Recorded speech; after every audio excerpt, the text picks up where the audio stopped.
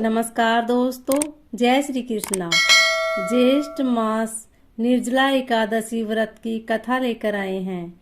निर्जला एकादशी व्रत की कथा भीमसेन व्यास जी से कहने लगे कि हे पितामह, माता युधिष्ठिर, भ्राता युधिष्ठिर, माता कुंती, द्रौपदी, अर्जुन, नकुल और सहदेव आदि सब एकादशी का व्रत करने को कहते हैं, परंतु महाराज मैं उनसे कहता हूँ कि भाई मैं भगवान की भक्ति, पूजा, भगवान की शक्ति, पूजा आदि तो कर सकता हूँ, दान भी दे सकता हूँ, परंतु भोजन के बिना नहीं रह सकता।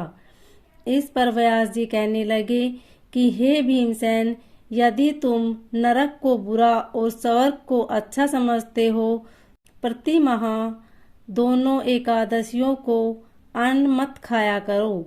भीम कहने लगे कि हे पितामह, मैं तो पहले ही कह चुका हूँ कि मैं भूख सहन नहीं कर सकता। यदि वर्ष भर में कोई एक ही व्रत हो तो वह मैं रख सकता हूँ, क्योंकि मेरे पेट में वृक नाम वाली अग्नि है, सो मैं भोजन किए बिना नहीं रह सकता। भोजन करने से वह शांत रहती है, इसलिए पूरा उपवास तो क्या एक समय भी बिना भोजन किए रहना कठिन है। अतः आप मुझे कोई ऐसा व्रत बतलाइए जो वर्ष में केवल एक बार ही करना पड़े और मुझे स्वर्ग की प्राप्ति हो जाए। श्री व्यास जी कहने लगे कि हे पुत्र, बड़े बड़े ऋषियों ने बहुत शास्त्र आदि बनाए हैं, जिनसे बिना धन के थोड़े परिश्रम से स्वर्ग की प्राप्ति हो सकती है। इसी प्रकार शास्त्रों में दोनों पक्षों की एकादशी का व्रत मुक्ति के लिए रखा जाता है। व्यास जी के वचन सुनकर भीमसेन नरक में जाने के नाम से भयभीत हो गए और कांपकर कहने लगे कि अब क्या करूं? मास में 2 व्रत तो मैं कर नहीं सकता। हाँ, वर्ष में एक व्रत करने का प्रयत्न अवश्य कर सकता हूँ। अतः वर्ष में एक दिन व्रत करने से यदि मेरी मुक्ति हो जाए तो ऐसा कोई व्रत बताइए। यह सुनकर व्यास जी कहने लगे कि वृषभ और मिथुन की संक्रांति के बीच ज्येष्ठ मास के शुक्ल पक्ष की जो एकादशी आती है उसका नाम निर्जला है। तुम उस एकादशी का व्रत करो। इस एकादशी के व्रत में स्नान और आचमन के सिवा जल वर्जित है। आचमन में 6 मासे से अधिक जल नहीं होना चाहिए, अन्यथा वह मदपान के सदृश हो जाता है। इस दिन भोजन नहीं करना चाहिए, क्योंकि भोजन करने से व्रत नष्ट हो जाता है।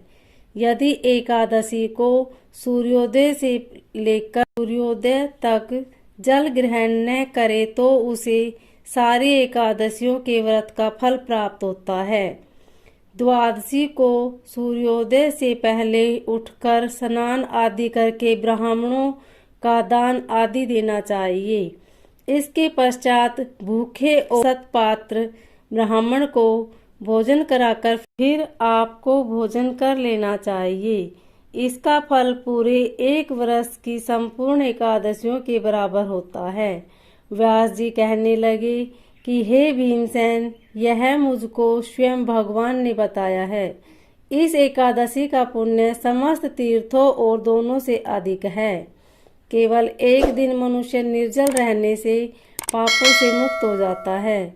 जो मनुष्य निर्जल एकादशी का व्रत करते हैं उनकी मृत्यु के समय यमदूत आकर नहीं घेरते, वरन भगवान के पार्षद पुष्पक विमान में उठाकर स्वर्ग को ले जाते हैं।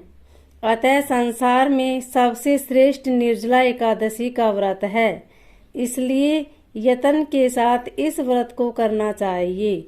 उस दिन ओम नमो भगवते वासुदेवाय मंत्र का उच्चारण करना चाहिए और गोदान करना चाहिए। इस प्रकार व्यास जी की आज्ञानुसार भीमसेन ने इस व्रत को किया, इसलिए इस एकादशी को भीमसेन या पांडव एकादशी भी कहते हैं। निर्जला व्रत करने से पूर्व भगवान से प्रार्थना करें कि हे भगवान, आज मैं निर्जला व्रत करता हूँ, दूसरे दिन भोजन करूँगा। मैं इस व्रत को श्रद्धा पूर्वक करूँगा, अतः आपकी कृपा से मेरे सब पाप नष्ट हो जाएं। इस दिन जल से भरा हुआ एक घड़ा वस्त्र से ढककर स्वर्ण सहित दान करना चाहिए।